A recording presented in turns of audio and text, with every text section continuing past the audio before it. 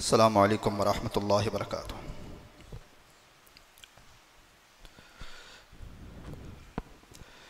الحمد للہ نحمده ونستعینه ونستغفره ونؤمن به ونتوکل علیہ ونعوذ باللہ من شرور انفسنا ومن سیئات اعمالنا من يهده اللہ فلا مضل له ومن يضلله فلا هادي له ونشهد أن لا إله إلا الله وحده لا شريك له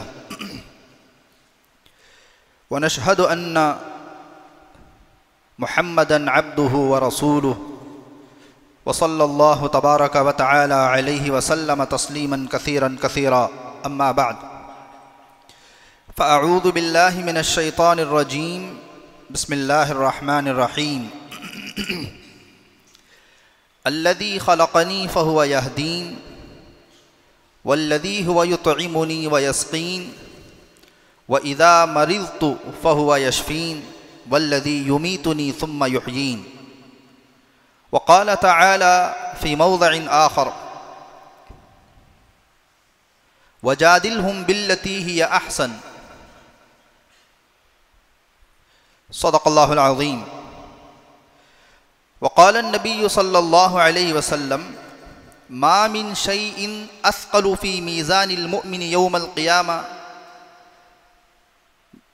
من حسن الخلق أو كما قال عليهم الصلاة والتسليم۔ ہر قسم کی تمام تعریفیں سزاوار ہوں اس خالق کائنات پر، تمام جہانوں کا پالنہار ہے۔ درود و سلام ہو ذات قدوسی وشیم صاحب الجود والکرم تاجدار حرم نبی اکرم صلی اللہ علیہ وسلم پر اور آپ کی آل اور اولاد پر، تمام صحابہ پر، تابعین پر، تبع تابعین پر، متبعین پر، تمام اولیاء اللہ پر، اسی طریقے سے یہ سلسلہ چلتا رہے قیامت تک کے آنے والے تمام مسلمانوں پر۔ میرے عزیز دوستوں، بزرگوں، نوجوان ساتھیوں، آج کی جمعہ کا جو عنوان ہے وہ ادب ہے، ادب سے متعلق ہے۔ ہر چیز کا ادب، چلنے پھرنے کا، بیٹھنے کا، بات چیت کا، بڑوں کا، چھوٹوں کا، نماز کا ادب، وضو کے آداب، ادب ادب کسے کہتے ہیں میں ابھی اس بات کو سمجھاؤں گا۔ انہی آداب میں سے یہ بھی ایک ادب ہے کہ آدمی کوئی دین کی بات کر رہا ہے تو بات کرنے والے کے چہرے کو دیکھا جائے، نیچے دیکھیں گے تو پھر نیند آئے گی۔ آج کل جو ہے بڑا مسئلہ یہ ہے کہ ہمارے اندر سے ادب، احترام، تمیز نامی یہ چیز کم ہوتی چلی جا رہی ہے۔ نہ بات چیت میں کوئی سلیقہ ہے، نہ چلنے کا ڈھنگ ہے، نہ کھانے کا ڈھنگ ہے۔ 50 سال پہلے یا 20، 25، 30 سال پہلے بھی گھروں کے اندر اس کا بڑا زور دیا جاتا تھا کہ بھی طریقہ کیا ہے کھانے کا، بات چیت کا طریقہ کیا ہے، آواز تھوڑی دھیمی کی جائے، زور سے بات چیت نہ کی جائے۔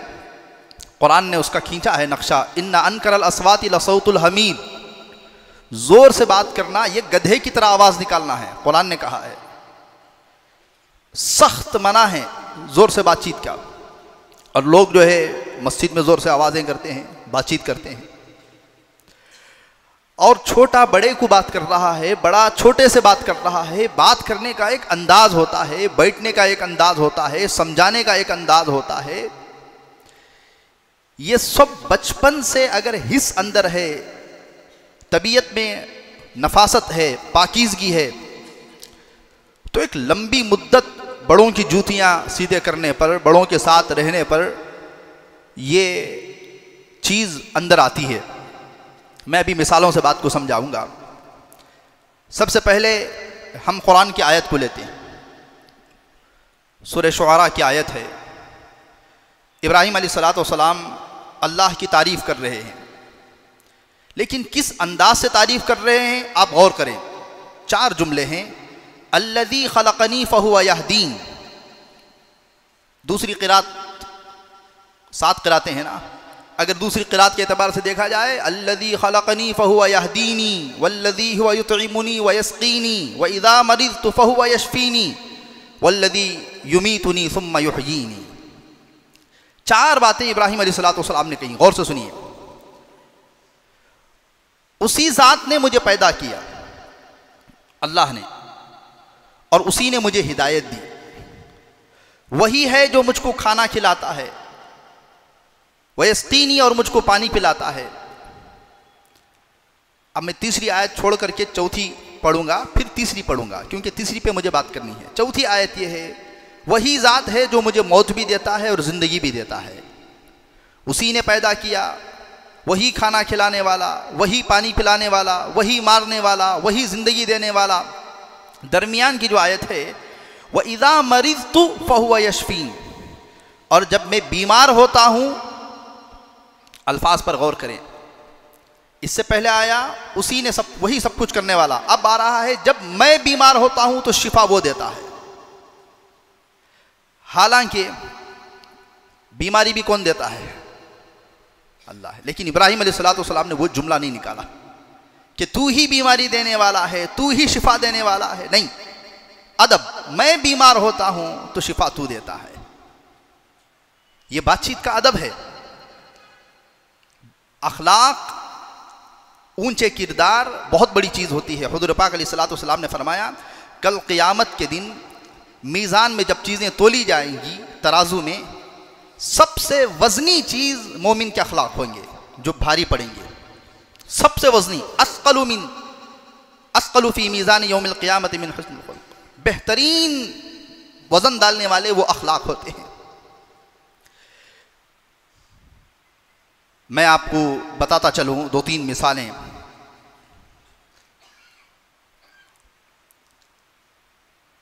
ایک مرتبہ دوران درس، سبق کے دوران، ہمارے استاذ نے فرمایا کہ بھئی طالب علم کا کوئی عیب میرے سامنے نہ لاؤ. طلبہ میں عیب ہوتے ہیں. یہی نصیحت ہمارے استاد نے ہمیں بھی کی کہ جو مصلی آتے ہیں مسجد میں، ان کا کوئی عیب تمہارے سامنے نہیں آنا چاہیے. تمہیں اس سے لینا دینا نہیں ہے. بھئی کوئی گالی دیتا ہے، کوئی کسی کے پیسے رکھ لیا ہے، کوئی کسی کو برا بھلا کہتا ہے، کسی کی کسی سے جمتی نہیں ہے، کوئی ماں باپ کے ساتھ بدسلوکی کرنے والا ہے، کوئی کچھ کوئی فلاں، ہمیں کوئی لینا دینا نہیں ہے. کیوں؟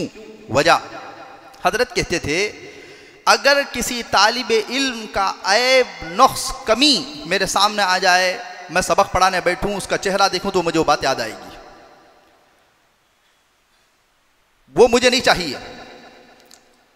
اس پر حضرت نے ایک بڑی عمدہ بات کہی کہ بھئی اگر کوئی استاد کسی طالب علم کے کمرے میں داخل ہو تو بے جھجک ایک دم داخل نہ ہو. طلبہ کے عیب سامنے کھل جائیں گے. ہو سکتا ہے کوئی طالب علم کسی کے اوپر چڑھ کر دوستی میں بیٹھا ہوا ہو سکتا ہے کسی طالب علم کے پاس فون ہو، موبائل فون ہو، مدرسے میں رکھنا غیر قانونی ہے. طلبہ کے عیوب سامنے آتے ہیں تو استاد کو چاہیے کہ دروازے سے باہر کھڑے ہو کر کے یہ کہے عزیز طلبہ کیا میں اندر آ جاؤں؟ اگر ان کی کوئی چھوٹی موٹی باتیں ہیں تو وہ چھپا لیں گے. بھئی ان کے عیب پہ نظر ڈال کے، ان کی کمیوں پہ نظر ڈال کر کے تمہیں کیا ملے گا؟ یہی چیز اولاد کے بارے میں بھی ہے، یہی چیز بیوی کے بارے میں بھی ہے، یہی چیز شوہر کے بارے میں بھی ہے. بھئی عیوب، ہر انسان عیبوں سے گھرا ہوا ہے، نقص اور کمی ہے. حضرت علی رضی اللہ عنہ فرماتے ہیں کہ بے عیب انسان تلاش کرو گے تو زندگی میں ہمیشہ اکیلے ہی رہو گے. ایسے ہی اگر کوئی عالم ہے اس کے اندر بھی عیب ہو سکتا ہے. خذ ما صفا دع ما قدر، جو اچھائیاں ہیں وہ لے لی جائیں. عیبوں پہ نظر ڈالنا یہ ہماری ذمہ داری نہیں ہے. اگر مزاج ہو جائے پھر تو بہترین اگر امام ہونا تو حضرت شیخ عبد القادر جیلانی رحمۃ اللہ علیہ کو اٹھا کو لے کو آنا، خواجہ حسن بصری کو لے کو آنا، معین الدین چشتی رحمۃ اللہ علیہ کو لے کر کے آنا. یہ نہیں ہے. انبیاء معصوم تھے، صحابہ محفوظ تھے. اس کے علاوہ ہر کسی سے غلطی ہو سکتی ہے، ہر کسی کے اندر عیب ہو سکتا ہے، ہر کسی کے اندر نقص ہو سکتا ہے، لیکن بے ادبی، گستاخی یہ انسان کے اعمال کو ضائع کر دیتا ہے. حضور پاک صلی اللہ علیہ وسلم کے سامنے ایک مرتبہ صحابہ کی آواز بلند ہو گئی بات چیت کرنے میں، تو اللہ نے آیتیں اتار دی. حضور صلی اللہ علیہ وسلم کے سامنے بات چیت میں آواز بلند کرو گے، ان تحبط اعمالکم وانتم لا تشعرون، تمہارے اعمال غارت ہو جائیں گے اگر اس کا تمہیں احساس بھی نہیں ہوگا. اس آیت کے نازل ہونے کے بعد بخاری میں بھی ہے، بیہقی میں بھی ہے، دوسری روایات میں بھی ہے، ابو بکر صدیق رضی اللہ عنہ دوست ہیں اللہ کے نبی علیہ الصلوۃ والسلام کے، یار غار ہیں. حضرت عمر رضی اللہ عنہ اتنا آہستہ بات کرنا شروع کر دیے تھے کہ بسا اوقات حضور پاک علیہ الصلوۃ والسلام کو پوچھنا پڑتا تھا کہ بھئی تم کیا کہہ رہے ہو، کیا کہنا چاہ رہے ہو. اتنے ڈر گئے تھے. علماء نے لکھا ہے یہی حکم علماء کے ساتھ آج باقی ہے. بھی ہو سکتا ہے کسی عالم سے کوئی بھول ہو جائے کوئی مسئلہ بیان کرنے میں، کبھی کسی نماز میں، کبھی کسی موقع پر، اس سے تو بھول ہوئی ہے، اور بھول اللہ کے نزدیک معاف ہے، یقیناً معاف ہے. لیکن اس کی بے عزتی کرنا بلند آواز کے ساتھ، نسلیں تباہ ہو جائیں گی، برباد ہو جائیں گی. سوچنا چاہیے جس کے ہم تابع امام کہتے ہیں، کوئی بھی مسجد ہو، میں جنرلی بات کر رہا ہوں، ہم جسے تابع امام کہتے ہیں اسی کو ذلیل بھی کرتے ہیں، پھر اسی کے پیچھے آ کے تابع اس امام کے کہتے ہیں. عزت بہت بڑی چیز ہوتی ہے. ہمارا اساتذہ کہتے تھے بھئی مستقل ایک جگہ پر استقامت کے ساتھ جم کر کے کام کرنا. ایسا نہیں ہے کہ سما خیرہ جملہ ہے عربی کا. سما خیرہ کہتے ہیں گدھا جب چرتا ہے نا، گدھا جب چرتا ہے اسے وہاں کی ہریالی اچھی نظر آتی ہے، وہاں گیا تو وہاں کی ہریالی اچھی نظر آتی ہے. حضرت کہتے تھے یہ دور نظر آئے گا، یہ مسجد میں رہے تو وہ مسجد کی کمیٹی اچھی لگے گی، وہاں جاؤ تو وہاں کی اچھی لگے گی، وہاں جاؤ تو وہاں کی اچھی لگے گی. یہ در در کی ٹھوکریں نہیں کھانا ہے، استقامت کے ساتھ جم کر کے کام کرنا ہے. دوسری نصیحت یہ ہے، خدا نہ خواستہ اگر ایسے حالات پیدا ہو جائیں، عزت پر حرف آئے پھر سلام کر دینا ہے، عزت میں کمپرومائز نہیں ہے. پھر حضرت کہتے تھے اللہ نہ کرے، میں تو ہمارے ایک دوست ہیں، ابھی بھی ہیں، تھے نہیں ابھی بھی ہیں، اللہ ان کی، اکثر ساتھی کوئی بھی مسئلہ ہوتا ہے تو گنہگار کو یاد کرتے ہیں، حالانکہ میں کوئی بڑا ذہین فتین آدمی نہیں ہوں، بس دوستی میں وہ پوچھ لیتے ہیں. تو انہوں نے مجھ سے کچھ پوچھا تو میں نے ان کو یہی رائے دی، اگر کسی وجہ سے نکلنا پڑ جائے تو ہمیں لوگوں کو اکٹھا کر کے کسی کے خلاف کھڑا کرنا یہ ہرگز بھی نہیں ہے. ہمیں کیا لینا دینا ہے، اللہ کی ذات بہت بڑی ذات ہوتی ہے، کوئی کسی کا محتاج نہیں ہے، نہ کوئی مسجد کسی امام کی محتاج ہے، نہ کوئی امام کسی مسجد کا محتاج ہے. لوگ پیچھے پیچھے کھڑے ہوئے ہیں. تو یہ جو مسجد کا جو قصہ ہے یہ ریلیشن شپ سے چلتا ہے. ہم ایک فیملی ہیں، جیسے گھر میں بھائی ہوتے ہیں، رشتہ داری ہوتی ہے. امام کا تعلق اور مصلیوں کا تعلق ایک ریلیشن شپ ہے. آپ اپنے ہیں، ہم آپ کے ہیں، اسی سے یہ سلسلہ چلتا ہے. تو بہرحال ایک مرتبہ ہم طلبہ بغیر اجازت کے مسجد کے باہر، مدرسے سے باہر چلے گئے تھے، اجازت کے بغیر. طالب علمی کے زمانے میں رات میں کھانا کھانے کے لیے چلے گئے تھے. واپس آئے تو استاد آ گئے تھے ہمارے، تقریباً 7-8 طلبہ تھے ہم. حضرت نے سب کے ساتھ، چونکہ مدرسے کے قانون کے خلاف گئے تھے تو تنبیہ کی. طالب علمی کے دور سے بندے کے ذمہ امامت تھی، پڑھنے کے زمانے سے بھی۔ جب میں آیا تو حضرت نے کہا کیا بھائی امام صاحب، اب ہمیں تابع اس امام کی بھی بولنا مارنا بھی کیا تم نا، آج کے بعد نہیں کرنا۔ اتنا شرمندہ ہوا میں، اتنا شرمندہ ہوا ہوں، اس کے بعد کبھی بھی مدرسے میں بغیر اجازت کے نہیں گیا، مجھے اتنا کافی ہو گیا، نہیں مارے وہ۔ انہوں نے کہا طلباء سے کہ بھئی یہ امام ہیں آپ کے، کیا ہم ان کو ماریں؟ استاد ہیں ہمارے، تو چھوڑ دیے۔ یہ سب سیکھنے کی چیز ہوتی ہے۔ باپ کے ساتھ گفتگو کا انداز کیا ہے، بچوں کے ساتھ بھی گفتگو کا انداز کیا ہے، کسی کو کوئی بات سمجھانی ہے تو کس انداز سے سمجھانی ہے، کتنا وقفہ لینا ہے، موقع دے کر کے بات کو سمجھانی ہے۔ ابھی میں کہوں گا ایک نوجوان حضور پاک علیہ الصلوۃ والسلام کی خدمت میں آئے، صحابی تھے، نوجوان، نو مسلم نوجوان صحابی، آ کر کے کہا صحابہ بیٹھے ہوئے ہیں، توجہ رکھیے، صحابہ بیٹھے ہوئے ہیں، انہوں نے کہا یا رسول اللہ مجھے زنا کی اجازت دیجیے، بدکاری کی۔ صحابہ چونک گئے، یہ عجیب آدمی ہے بھئی یار، کیا پوچھ رہے ہیں، زنا کی اجازت دیجیے، بدکاری کی اجازت دیجیے۔ حضور پاک علیہ الصلوۃ والسلام نے یہ نہیں فرمایا ابھی دماغ خراب ہو گیا کیا تمہارا، کیا پوچھ رہے ہو؟ 2 منٹ حضور پاک علیہ الصلوۃ والسلام خاموش رہ گئے، چہرہ نیچے کر لیا، وہ نوجوان کا ہاتھ پکڑ کر کے سامنے گھسیٹا، کان میں آہستہ آہستہ سے بولا، کیا کہا؟ بھائی کس سے بدکاری کی خواہش ہے، کس سے زنا چاہتے ہیں؟ اپنی ماں سے؟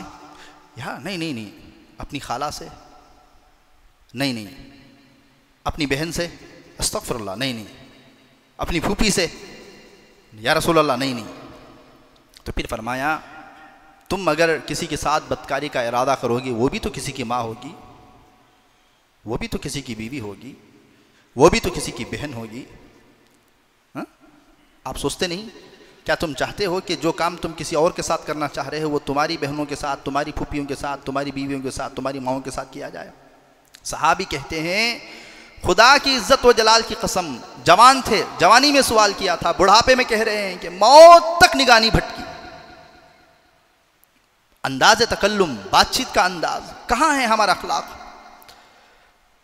ہم تو سب کچھ ختم کر دیے۔ اب دیکھیے آگے آئیے، وَإِذْ قَالَ اللَّهُ يَا عِيسَى ابْنَ مَرْيَمَ أَأَنْتَ قُلْتَ لِلنَّاسِ اتَّخِذُونِي وَأُمِّيَ إِلَٰهَيْنِ مِن دُونِ اللَّهِ۔ عیسیٰ علیہ الصلوۃ والسلام کل قیامت کے دن میدان حشر میں کھڑے ہوں گے، عیسائی بھی ہوں گے، عیسائیوں کے سامنے اللہ تعالیٰ حضرت عیسیٰ سے کہے گا کیا بھی عیسیٰ ادھر دیکھو یہاں، تمہیں کیا بولے سو کہ تمہیں بھی خدا چکو کو، تم نہ خدا مانتے تھے نہ انہوں، تمہیں بول گئے تھے کیا؟ تمہاری ماں ہماری بیوی تھی کیا؟ تمہیں بولے سو؟ اصل میں ان کو یہ ہے، ان کی غلطی پکڑنا ہے، لیکن پوچھ کس طرح ہے اللہ تعالیٰ حضرت عیسیٰ علیہ السلام سے؟ تو جواب عیسیٰ علیہ السلام نے دیا، اللہ میں نہیں بولے، اللہ انہوں خواہ اتنی لمبی بات چیت نہیں کر حضرت عیسیٰ علیہ السلام۔ سبحانک، اے اللہ تیری ذات پاک ہے، ما یکون لی ان اقول ما لیس لی بحق، میرے اوپر کیا حق ہے کہ میں اس طریقے کی بات کروں یا اللہ، میں کیا حق رکھتا ہوں کہ اس طریقے کی بات میں کہوں؟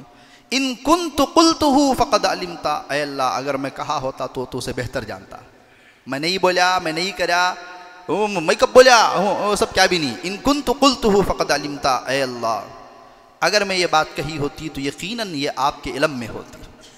انداز گفتگو کو بتا رہا ہوں، قرآن میں جگہ جگہ انبیاء نے اللہ سے کیسی بات چیت کی، صحابہ نے اللہ کے نبی علیہ الصلوۃ والسلام سے کیسی بات چیت کی، تابعین نے صحابہ کے دور میں انداز گفتگو کیا تھا، بات چیت کا انداز کیا تھا، یہ میں اس کو بیان کرنا چاہ رہا ہوں۔ اب دیکھیے ایک اور قرآن کی مثال لے لیتے ہیں، سورہ کہف میں آخری میں 15واں اور 16ویں پارے کے بیچ میں حضرت موسیٰ اور حضرت خضر کا واقعہ بیان ہوا ہے۔ مجھے وہ واقعے میں مجھے نہیں جانا ہے۔ واقعہ کیا ہے؟ ایک مرتبہ حضرت موسیٰ علیہ السلام سے سوال کیا گیا کہ اس وقت دنیا میں سب سے زیادہ جاننے والے کون ہیں؟ حضرت موسیٰ نے سوچا کہ اللہ کے بعد تو نبی ہی جاننے والا ہوتا ہے، تو حضرت موسیٰ نے کہا کہ میں ہی جاننے والا ہوں۔ اللہ کو یہ چیز پسند نہیں آئی، کہا موسیٰ تمہارے سے بھی زیادہ جاننے والا حضرت خضر موجود ہیں۔ حضرت خضر کے پاس جاؤ، ان سے علم سیکھو۔ حضرت خضر کی کنڈیشن تھے، میں کیا بھی کروں تمہیں اف کو نہیں بولنا، ٹھیک ہے میں نہیں بولوں گا۔ اب یہ بات واقعہ ہے پورا، ایک جگہ پر حضرت خضر نے کشتی توڑ دی، ایک بچے کی گردن مروڑ دی، ایک جگہ پر آپ نے دیوار کھڑی کر دی جو دیوار گر رہی تھی۔ اب یہ جو بولنے کا جو انداز ہے کہ میں نے یہ کیوں کیا، ہر جگہ پر حضرت موسیٰ علیہ السلام نے اعتراض کر دیا تھا، بھئی آپ یہ کیسے کر رہے ہیں، آپ یہ کیوں کر رہے ہیں؟ اب جواب دے رہے ہیں، وہ جواب مجھ بیان کرنا ہے۔ اما السفینۃ فکانت لمساکین، جو کشتی تھی وہ غریب بیچاروں کی تھی، فی البحر یعملون فی البحر، جو کشتی چلاتے ہیں، فاردت ان اعیبھا، میں نے چاہا کہ میں اس کو عیب دار کر دوں، میں نے چاہا کہ میں کشتی کو کیا کر دوں، عیب دار کر دوں۔ وہاں ایک بادشاہ رہتا تھا، وہ اچھی کشتی کو دیکھا تو پکڑ لیتا تھا، قبضہ کر لیتا تھا۔ اگر اس کو میں عیب دار بنا دیا تو وہ بادشاہ کشتی کو نہیں لے گا۔ لیکن یہ جملہ مجھے بولنا ہے، فَأَرَدْتُ، میں نے ارادہ کیا کہ وہ کشتی کو میں کیا کر دوں، توڑ دوں۔ جب توڑنے کی باری آئی، کشتی کو عیب دار کرنے کی باری آئی تو جملہ لایا فَأَرَدْتُ، میں نے ارادہ کیا۔ آگے چل کر کے جو دیوار گر رہی تھی، آپ نے دیوار کو کھڑا کر دیا۔ اس کے بارے میں فرمایا وَأَمَّا الْجِدَارُ، بہرحال یہ دیوار، فَكَانَ لِغُلَامَيْنِ يَتِيمَيْنِ فِي الْمَدِينَةِ وَكَانَ تَحْتَهُ كَنْزٌ لَهُمَا وَكَانَ أَبُوهُمَا صَالِحًا، وہ دیوار کے نیچے اس شہر کے 2 یتیم بچوں کا خزانہ تھا، ان کے ماں باپ بڑے نیک تھے۔ فَأَرَادَ رَبُّكَ، تمہارے رب کا ارادہ تھا کہ اس دیوار کو میں صحیح سالم کر دوں۔ میں بولنا یہ چاہ رہا ہوں، جب توڑنے کی باری آئی تو اپنے اوپر ڈال لیا، میں نے ارادہ کیا، میں نے چاہا کہ میں اس کو توڑ دوں۔ جب دیوار کھڑی کرنے کی بات آئی، حالانکہ خود کھڑی کی ہے، کہہ کیا رہے ہیں کہ تمہارے رب کی چاہت تھی، تمہارے اللہ کی چاہت تھی کہ دیوار کو صحیح کر دیا جائے۔ مطلب کیا ہے، انبیاء کی، نیک لوگوں کی عادت یہ ہے کہ غلطی کو اپنے طرف منسوب کرتے ہیں اور اچھائی کو بڑوں کی طرف منسوب کر دیتے ہیں۔ بھی ہم کون ہوتے ہیں، آپ ہی کے کہنے کی وجہ سے اتنا بڑا یہ سب ہوا ہے۔ بھول اگر کسی سے بڑے سے ہو گئی تو کہتے ہیں کہ شاید میرے سے سننے میں کوئی غلطی ہو گئی ہو یا میرے سمجھنے میں کوئی غلطی ہو گئی ہو، یہ انداز ہے بات چیت کا۔ اب دیکھیے، یا ایھا الذین آمنوا لا تسألوا عن اشیاء ان تبد لکم تسؤکم۔ اب تک قرآن کی بات ہو گئی، قرآن سے میں نے 3 مثالیں دی کہ کس طریقے سے حضرات انبیاء ہوں یا قرآن میں آداب کا ذکر کیا گیا ہے، بات چیت کا انداز کیا ہوتا ہے، کہ برائی کا جب تذکرہ ہوتا ہے تو لوگ اپنے اوپر ڈال لیتے ہیں، اچھائی کا جب ذکر ہوتا ہے تو اسے اللہ کی طرف ڈال دیتے ہیں کہ یہ سب تو اللہ کا کرم ہے، ہمارا اس میں کوئی ہاتھ نہیں ہے۔ اب دیکھیے، قرآن کی ایک آیت ہے، یا ایھا الذین آمنوا لا تسألوا عن اشیاء ان تبد لکم تسؤکم۔ اس کا پس منظر یہ ہے، بیکار کے سوالاں نہیں کرتے رہنا۔ سوال بھی کرنے کا ایک انداز ہوتا ہے، ایک طریقہ ہوتا ہے۔ ایک چند دن پہلے ایک نوجوان آئے میرے پاس میں، تو مولانا سوال کرنا تھا۔ اب میں انداز بتاؤں گا تو بات سمجھ میں آئے گی، ورنہ بات سمجھ میں نہیں آئے گی۔ سوال، وہ بیچارہ سوال کر رہا تھا، لیکن چونکہ بات چیت کر کو ایسا عادت نہ، وہ کیا اس کا مطلب، میں بولا بھی تم سوال کر رہے ہو یا لڑ رہے ہو میرے ساتھ میں؟ وہ ہنس دیا بیچارہ۔ بھئی انداز ہوتا ہے بات چیت کا، تم کھڑے کس طریقے سے ہو، تم بتا کیا رہے ہو، بھی کیا مطلب، لڑ رہے ہو مجھ سے، کیا کر رہے ہو، بات چیت کا انداز۔ لا تسألوا، وہ بیچارہ ہنس دیا، نہیں حضرت وہ عادت سے مجبور ہے، اس کی عادت بن گئی تھی بیچارے کی۔ اب دیکھیے یہاں پر ایک مرتبہ حضور پاک علیہ السلام کے بارے میں یہ بات افواہ اڑا دی گئی کہ ان کو زیادہ استغفر اللہ والعیاذ باللہ نقل کفر نہ باشد، کیا بھی ہوتا زیادہ علم نہیں ہے، اسی بات اٹھا لے۔ حضور پاک علیہ السلام کفار، حضور پاک علیہ السلام ممبر پر کھڑے ہوئے، چہرہ آپ کا سرخ، آنکھیں آپ کی سرخ، فرمایا غضب رسول اللہ صلی اللہ علیہ وسلم یوما من الایام، بہت زیادہ غصے میں اللہ کے نبی علیہ السلام، فقام خطیبا، کھڑے ہو گئے خطاب کے لیے، فرمایا سلونی فانکم لا تسألونی عن شیء الا انبأتکم بہ، پوچھو کیا پوچھنا ہے، جو پوچھے گے تمہیں اس سوال کا جواب دیا جائے گا، چاہے وہ دنیا کے بارے میں ہو چاہے آخرت کے بارے میں ہو، پوچھو کیا پوچھتے ہو۔ ایک جوش میں آ گئے حضور پاک علیہ السلام۔ اب جو صحابہ تھے، جو قریبی صحابہ تھے، وہ تو سمجھ گئے کہ بھئی کیا بھی بہت زیادہ غصے میں ہیں آپ، لیکن اس وقت میں ایک چند نوجوان بھی رہتے نا جو اتنا زیادہ ان کو شعور نہیں رہتا، احساس نہیں رہتا. ابھی تو شروع کا دور ہے، ابھی تو پوری تربیت بھی ہونے باقی ہے. ایک شخص کھڑے ہو گئے، فقام الیہ رجل من قریش فقال یقال له عبداللہ بن حذافہ. حضرت عبداللہ بن حذافہ کھڑے ہو گئے، فرمایا یا رسول اللہ، مجھے میرے باپ کے بارے میں بڑے تانے ملتے ہیں کہ تو ان کا بیٹا نہیں، تو ان کا بیٹا نہیں، تو کس کی کیا اولاد، تو کیا کی اولاد. تو میرا باپ کون ہے؟ فرمایا تیرا باپ فلاں ہے. بتا دیا، اسی جگہ پر بتایا. حالانکہ باپ کون ہے یہ اللہ کو معلوم رہتا ہے اور ماں کو معلوم رہتا ہے، اس کے علاوہ اور کسی کو معلوم نہیں ہوتا ہے. باپ کو معلوم، اماں کو معلوم رہتا ہے کہ باپ کون ہے، ماں کو معلوم رہتا ہے اور اللہ کو معلوم رہتا ہے. حضور پاک علیہ الصلوۃ والسلام نے اسی مجلس میں بتا دیا. پھر فرمایا حضور پاک علیہ الصلوۃ والسلام نے، اور کیا پوچھنا ہے پوچھو بھائی. بعضوں کے دماغ میں یہ ہے کہ کیا سوال کیا جائے. اس مزاج کو سمجھا سب سے پہلے حضرت عمر رضی اللہ عنہ نے.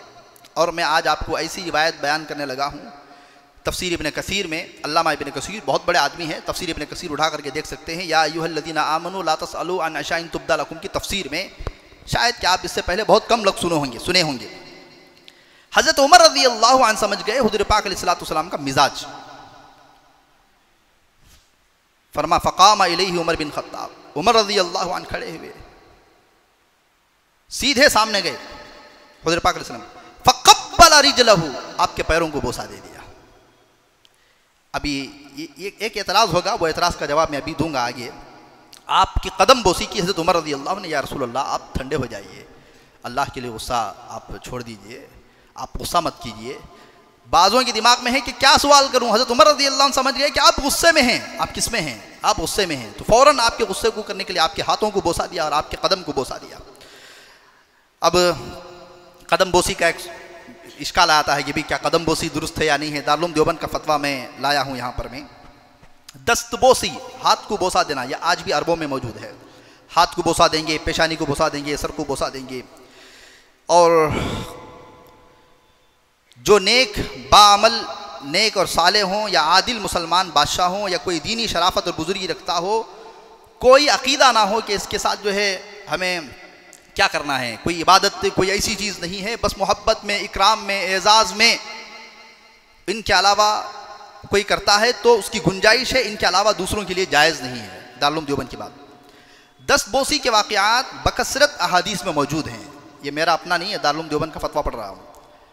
امام حاکم نے مستدرک میں روایت کیا ہے کہ ایک شخص اللہ کے نبی علیہ الصلوۃ والسلام کی خدمت میں حاضر ہوئے، اس نے آپ کے سر مبارک کو اور قدم مبارک کو بوسہ دیا ہے. حاکم نے اس روایت کو نقل کر کے صحیح الاسناد فرمایا ہے. ترمذی، نسائی، ابن ماجہ میں حضرت صفوان رضی اللہ عنہ سے روایت ہے کہ یہودیوں کی ایک جماعت آئی، انہوں نے رسول کریم علیہ الصلوۃ والسلام کے دونوں ہاتھوں کو اور دونوں پاؤں کو بوسہ دیا ہے. امام ترمذی رحمۃ اللہ علیہ نے صحیح ستہ کی حدیث ہے، اس حدیث کو حسن درجے کی روایت لکھا ہے. اس درجے کو، اس حدیث کا درجہ ہوتا ہے حسن ہے یا کیا ہے وغیرہ وغیرہ. جلد نمبر 3 صفحہ نمبر 54. ایک مرتبہ حضرت علی رضی اللہ عنہ بھی حضرت عباس رضی اللہ عنہ کو جو ہے بوسہ دیا ہے، قدم بوسی کی ہے. تو بہرحال میں یہ عرض کرنا چاہ رہا ہوں کہ اتنا زیادہ حضرات صحابہ حضور پاک علیہ الصلوۃ والسلام سے محبت کرتے تھے، اور بات چیت کا انداز، لہجہ، صبر ہی نہیں ہے ہمارے اندر. فوراً گرم غذائیں کھاتے ہیں نا، زیادہ مسلمان جو ہے گرم غذائیں کھاتا ہے تو خون کیا ہوتا ہے، ہمیشہ گرم رہتا ہے. ہر مرتبہ انسان سوچ سمجھ کر کے نہیں کرتا، بسا اوقات کبھی کبھار کوئی چیز بھولے سے بھی ہو جاتی ہے. یہ میں عام بیان کر رہا ہوں، اس کا مطلب یہ نہیں ہے. الحمدللہ آپ سب حضرات جو ہے سنجیدہ قسم کے بھی ہیں، سمجھدار طبقہ ہے. یہ مسجد، یہاں کے مصلی حضرات جو ہے میسور کی ناک کی حیثیت رکھتے ہیں. بڑی تعریفیں سنی بھی ہیں، دیکھی بھی ہیں. علماء کا ادب و احترام، علماء کی چاہت، دینی حلقوں میں، دینی حصوں میں حصہ لینا، یہ سب خوبیاں اللہ تعالیٰ نے آپ حضرات کے اندر رکھی ہیں، اس سے کوئی انکار نہیں ہے. بس ایک عنوان تھا، ایک عنوان کے تحت جو ہے بات چیت چل رہی ہے، ورنہ ہرگز جو ہے کوئی اور ارادہ اور مقصد نہیں ہے. اب دیکھیے حضرات صحابہ کرام رضوان اللہ علیہم اجمعین، جلدی سے میں 2-4 روایتیں پڑھ دیتا ہوں. کتنا ادب کرتے تھے حضور پاک علیہ الصلوۃ والسلام کا. ایک مرتبہ حضرت ابو ہریرہ رضی اللہ عنہ کہتے ہیں کہ مجھے غسل کی حاجت تھی، میں جا رہا تھا رسول کریم علیہ الصلوۃ والسلام چند صحابہ کے ساتھ بیٹھے ہوئے تھے.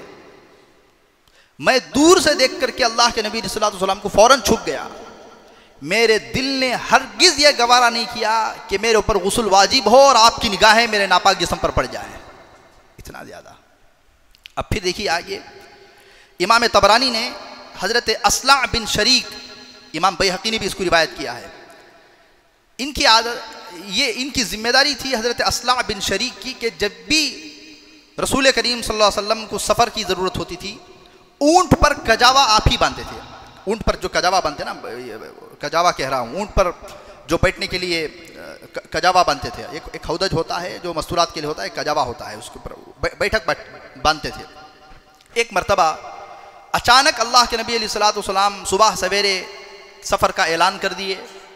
مجھے غسل کی حاجت تھی، بہت سخت سردیوں کی رات تھی. میں جلدی جلدی سے لکڑیاں تلاش کر رہا تھا کہ گرم پانی میں نہاؤں. اگر ٹھنڈے پانی میں نہاتا تو میری جان جا سکتی تھی یا تو میری بیماری بڑھ سکتی تھی. تو میں نے ایک انصاری صحابی میرے دوست سے کہا کہ بھی حضور پاک علیہ الصلوۃ والسلام کے جو بیٹھک ہے اونٹ کے اوپر کی آپ اس کو باندھ دیں. قصہ ہو گیا. حضور پاک علیہ الصلوۃ والسلام جب اونٹ پر بیٹھے تو بھی اصلع کہاں ہیں؟ تب تک وہ نہا چکے تھے. بولے بھی آپ نے معمول کے مطابق اس کو باندھا نہیں ہے، ذرا کمفرٹیبل نہیں ہے. حضرت اصلع بن شریک نے فرمایا رسول اللہ میں نے نہیں باندھا ہے. فوراً حضور پاک صلی اللہ علیہ وسلم سمجھ گئے کہ انہوں نے نہیں باندھا ہے. فرمایا کیوں؟ کہا یا رسول اللہ غسل کی حاجت تھی، میرے ناپاک ہاتھ آپ کے اونٹ کو لگے اور آپ کے بیٹھک کو لگے، یہ مجھے ہرگز بات پسند نہیں تھی. تو آپ مسکرائے. اللہ کو یہ ادا اتنی پسند آئی. یہی وہ وقت ہے، یہی وہ زمانہ ہے. فوراً اللہ نے تیمم کی آیتیں اتار دی. اس سے پہلے تیمم نہیں تھا.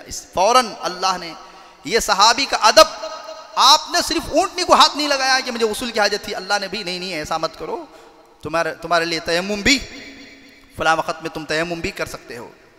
بعض علماء نے لکھا کہ حضرت اصلع بن شریک اس وقت میں بیمار تھے. جلدی سے ایک اور دو تین روایت میں عرض کر دیتا ہوں.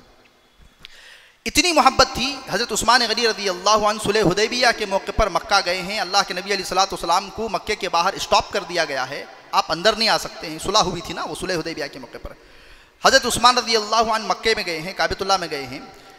مسجد حرام کے مطاف میں جا کر کے لوگوں نے کہا کہ آپ طواف کر لیں. حضرت عثمان نے کہا جب اللہ کے رسول علیہ الصلوۃ والسلام باہر تشریف رکھتے ہوں، آپ طواف نہیں کر رہے ہیں تو میں ہرگز طواف نہیں کروں گا. وہاں تک جا کر کے آپ طواف کے بغیر واپس آ گئے کہ اللہ کے نبی علیہ الصلوۃ والسلام نے طواف نہیں کیا ہے تو میں کیوں طواف کروں. اور آگے بڑھیے. ایک مرتبہ حضرت عباس رضی اللہ عنہ سے کسی نے سوال کیا کہ آپ بڑے ہیں یا اللہ کے نبی بڑے ہیں عمر میں؟ تو حضرت عباس رضی اللہ عنہ نے جواب دیا ہوا اکبر منی فانا ولدت قبلہ. بڑے تو اللہ کے رسول ہیں، بس میں ان سے تھوڑا پہلے پیدا ہو گیا ہوں. بڑے تو اللہ کے نبی ہیں، میں ان سے تھوڑا پہلے پیدا ہو گیا ہوں. اور آگے آئیے. براء بن عازب ایک مرتبہ حضور پاک علیہ الصلوۃ والسلام نے 4 حلال جانور، حلال ہیں لیکن 4 جانوروں کی قربانی درست نہیں ہے، وہ سینگ ٹوٹے ہوئے وغیرہ وغیرہ، اس کو فرمایا براء بن عازب نے اللہ کے رسول علیہ الصلوۃ والسلام نے 4 جانوروں کو جو کہ حلال ہیں کہا کہ ان کی قربانی درست نہیں ہے. لوگوں یہ میری انگلیاں ہیں جن کی کوئی حیثیت نہیں ہے. اللہ کے نبی کی انگلیاں تو بڑا اونچے مقام والی ہیں، خالی انگلیاں بتا رہے ہیں، فوراً وضاحت کر دیے یہ میری انگلیوں کی کوئی حیثیت نہیں ہے، اللہ کے نبی علیہ الصلوۃ والسلام کی انگلیوں کی بہت بڑی حیثیت ہے. اب دیکھیے انس بن مالک فرماتے ہیں ایک مرتبہ اللہ کے نبی علیہ الصلوۃ والسلام ام سلیم کے گھر گئے، چمڑے کا مشکیزہ منگایا، وہاں سے پانی پیا. اب آپ نے پانی رکھ دیا تو چمڑے کے مشکیزے کو جہاں آپ کے ہونٹ لگے تھے حضرت ام سلیم نے ان کو کاٹ کر کے اپنے پاس رکھ لیا. کہا مجھے ہرگز یہ گوارا نہیں کرتا کہ جہاں اللہ کے نبی علیہ الصلوۃ والسلام کے ہونٹ لگے ہوں وہاں کسی اور کے ہونٹ لگے. اس کو اٹھا کر کے محفوظ کر لیا. ابو بکر عمر رضی اللہ عنہ خلیفہ ہیں وقت کے، حضرت ابو بکر بھی حضرت عمر بھی خلافت کے دوران بھی جب بھی حضرت عباس کو دیکھتے فوراً گھوڑے سے نیچے اتر جاتے تھے، کیونکہ اللہ کے نبی علیہ الصلوۃ والسلام کی جو ہے یہ چچا ہیں. آخری بات میں کہہ کر کے اپنی بات کو ختم کرتا ہوں. حضرت علی رضی اللہ عنہ نے ایک مرتبہ اپنے غلام کو پانی لانے کے لیے کہا. اب چونکہ بڑوں کے جب بڑے رہتے ہیں نا تو اکثر ہاتھ گھبراہٹی میں کیا چھواتا ہے، کیا کی تو کیا کیوں آتا ہے، پھر ٹوٹ جاتا ہے، گر جاتا ہے. کئی مرتبہ ہم نے بزرگوں کے سامنے پانی ڈالتے اس میں پانی گر گیا ہے، گھبراہٹی رہتے نا اندر ایک کے. تو وہ بیچارہ برتن ٹوٹ گیا. تو پھر حضرت علی رضی اللہ عنہ نے فرمایا بھائی برتن ٹوٹ گیا کوئی بات نہیں, جو آپ کا نیک ارادہ تھا مجھے پانی پلانے کا, اللہ تعالیٰ اس کا آپ کو بہترین جزائے خیر عطا فرمائے. تو یہ سب بڑے اونچے اخلاق تھے. ہم بڑوں کو, بچوں کے سامنے, ہر ایک کے سامنے ادب اور احترام اور زبان میں لطافت, سنجیدگی, چلنے میں ادب, مسجد کا ادب, بات چیت میں ادب, کھانے کا ادب, پینے کا ادب. بعض حضرات دعوتوں میں بیٹھے ہیں, 2-4 منٹ میں لے رہا ہوں, بات پوری مکمل ہی نہیں ہو پا رہی ہے, 2-4 منٹ لوں گا. کھانے کے بات آتی ہے, میں نے 2-4 حضرات کو جن کو اللہ کیا بھی کم نہیں کر کو ہے, اللہ بہت کچھ نواز کو ہے, ان کے ساتھ کھانے بیٹھ کر کے مجھے شرمندگی ہو گئی. کھانے کی کوئی تمیز ہی نہیں ہے, پورا گوشت نیچے, پورا آدھی پلیٹ سے زیادہ بچا ہوا ہے. سارے ڈاکٹر ایسے نہیں ہوتے ہیں. میں نے سوچا بھی پڑھا لکھا بھی آدمی ہے, پتہ نہیں اتنا بھی ادب سیکھا نہیں گیا ہے. یہ سب سیکھنے کی چیز ہوتی ہے, یہ سب کیا ہوتی ہے, سیکھنے کی چیز ہوتی ہے. اللہ تعالی ہم تمام کو بے ادب محروم گش از فضل رب, بے ادب اللہ کے فضل سے ہمیشہ محروم رہتا ہے. اللہ تعالی ہم تمام کو با ادب بنائے. ہر ایک دوسرے کا, بڑے چھوٹوں کا احترام, چھوٹے بڑوں کا احترام, اور میاں شوہر بیوی کا احترام, بیوی شوہر کا احترام, ہر ایک کو ریسپیکٹ دینا, گیو ریسپیکٹ ٹیک ریسپیکٹ, عزت کا احترام کے ساتھ پیش آنے کی اللہ تعالی ہم تمام کو توفیق عطا فرمائے. وآخر دعوانا الحمدللہ رب العالمین. آئندہ جمعہ اللہ نے زندگی باقی رکھی تو 2 خلیفاؤں کا ذکر آپ کے سامنے بیان میں ہو چکا ہے. ایک حضرت ابوبکر رضی اللہ عنہ کی خلافت کا پوری تفصیل سے آپ کے سامنے بات آ چکی ہے چند مہینے پہلے. حضرت عمر رضی اللہ عنہ کی زندگی کے حالات بھی آ گئے ہیں. حضرت عثمان رضی اللہ عنہ کی بھی وہ کوفہ کے موقع پر کب وہ آ گئے ہیں. حضرت علی رضی اللہ عنہ کے حالات بچے ہوئے ہیں. بڑی زبردست. میں پڑھنا شروع کیا تو میں کیا بتاؤں, تو میں نے کہا نہیں اس کو آئندہ جمعہ رکھتے ہیں. حضرت علی رضی اللہ عنہ کے بہت سارے فضائل علماء بتانے سے اس وجہ سے ڈرتے ہیں کہ کہیں شیعہ کا ٹھپا نہ لگ جائے. ایسی بات نہیں ہے. حضرت علی رضی اللہ عنہ کی بھی بہت سارے فضائل ہیں. اللہ نے زندگی باقی رکھی تو اگلی جمعہ حضرت علی رضی اللہ عنہ کے فضائل پر گفتگو کی جائے گی. یم میں ہاسپٹل آپ کا اپنا ایک ادارہ ہے. اس مہینے جو ہے 3,500 پیشنٹ نے اپنا علاج کیا ہے. 23,70,000 پر 6,513 روپے انکم ہوئی ہے. 24 لاکھ